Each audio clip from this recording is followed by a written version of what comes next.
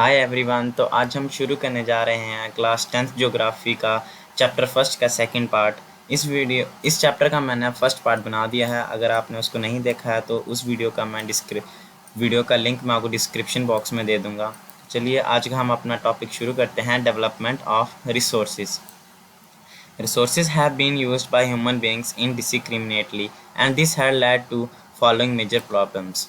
कि हम इंसान जो हैं कि रिसोर्सेज का इतने बुरे तरीके से इस्तेमाल कर रहे हैं कि जिसके कारण बहुत सी प्रॉब्लम्स चीज़ें क्रिएट हो रही हैं। तो देखते हैं कि क्या क्या प्रॉब्लम्स क्रिएट हो रही हैं।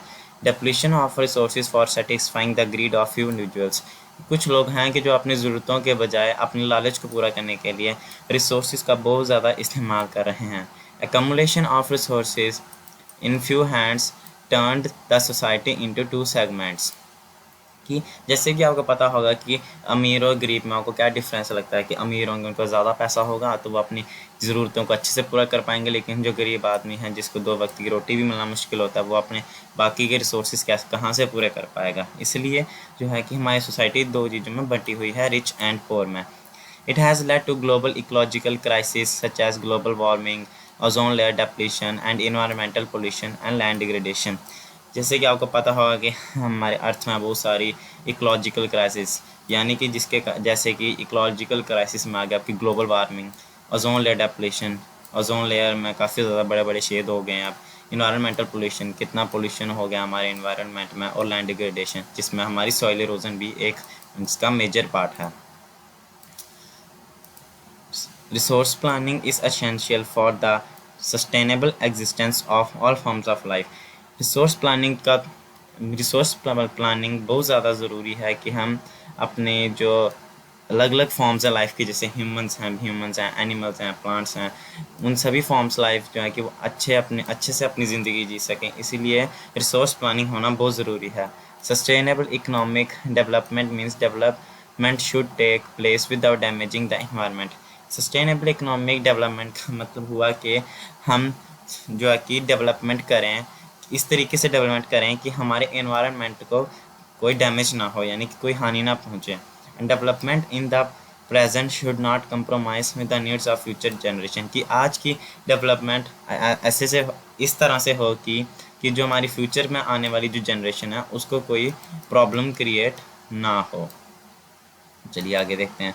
अब हम पढ़ने जा रहे हैं रिसोर्स प्लानिंग के बारे में।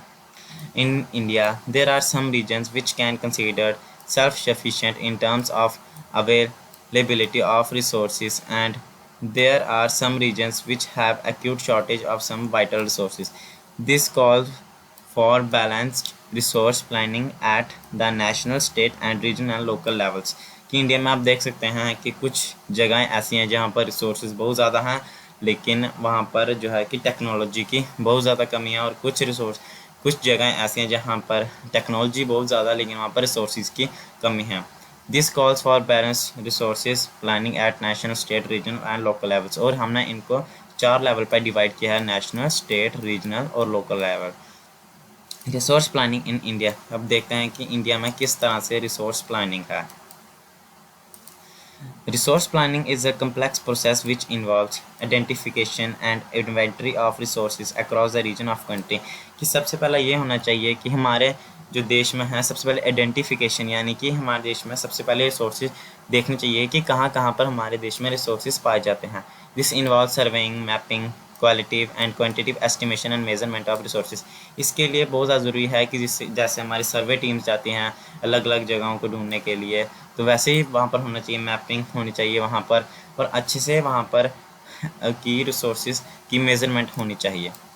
Involving a planning structure endowed with appropriate technology, skill, institutional setup for the implementation of resource plans। कि इसके लिए कि planning structure endowed with appropriate technology, इसके लिए हमें टेक्नोलॉजी का होना बहुत ज़रूरी है, और स्किल्ड लेबर्स भी होने चाहिए जिससे कि हम रिसोर्सेज को अच्छे से एक्सट्रैक्ट कर सकें। और उसके लिए इंस्टीट्यूशनल, यानी कि जो बड़ी बड़ी जो कंपनीज हैं उनके साथ भी हम डेवलपमेंट प्लान्स साझा करें। Matching the resource development plans with overall national development plans. कि अगर लास्ट में अगर हमें सब रिसोर्सेज मिल जाते हैं तो हमें उन रिसोर्सेज को पूरे देश में पहुंचाने के लिए भी ट्रांसफॉर्मेशन, यानी कि ट्रांसपोर्टेशन सिस्टम होना चाहिए कि हम अब जहाँ पर रिसोर्सेज नहीं पाए जाते हैं वहाँ पर रिसोर्सेज ले जाएं। फिर आगे है resource can contribute to development only when they are accompanied by appropriate technology development and institutional changes. India has made concerted efforts towards achieving the goals of resource planning right from the first 5-year plan launched after independence. की resource जो हैं कि वो एक देश की development के लिए बहुत ज़्यादा ज़रूरी होते हैं और उसके लिए टेक्नोलॉजी का भी डेवलप होना बहुत ज़रूरी है। अगर हमारे पास टेक्नोलॉजी ही नहीं होगी तो हम रिसोर्सेज को एक्सट्रैक्ट कैसे कर पाएंगे। तो इंडिया में जो है कि इन चीज़ों पर बहुत अच्छे से ध्यान दिया जा रहा है और बड़े बड़े रिसोर्स प्लानिंग बनाए जा रहे हैं। जैसे कि जब हमारा देश आज़ाद हुआ था तब एक फर्स्ट 5-year प्लान लॉन्च किया गया था रिसोर्सेज की डेवलपमेंट के लिए। To overcome irrational consumption and overutilization of resources, resource conservation at various levels is important. कि जैसे कि आप देख सकते हैं कि रिसोर्सेज का इरेशनल कंजप्शन की बहुत ज़्यादा इस्तेमाल हो रहा है, अनयूजुअली इस्तेमाल हो रहा है, और ओवर यूटिलाइजेशन की उनका इतना ज़्यादा इस्तेमाल हो रहा है कि हमें उन चीज़ों की ज़रूरत भी नहीं है तभी हम उनका इस्तेमाल कर रहे हैं। तो इसीलिए हमें रिसोर्स को कंजर्व करना अलग अलग लेवल्स पर बहुत ज़्यादा ज़रूरी है। तो नेक्स्ट वीडियो में हम पढ़ेंगे लैंड रिसोर्सेज और आने वाली वीडियोस में हम ये भी पढ़ेंगे रिसोर्सेज को हम कैसे कंजर्व करें। तो जाने से पहले मैं ये कहूँगा कि हमारे चैनल को सब्सक्राइब ज़रूर कीजिएगा। अगर आपको अच्छा लगे तो एक लाइक बटन ज़रूर दबाइएगा। Thank you very much.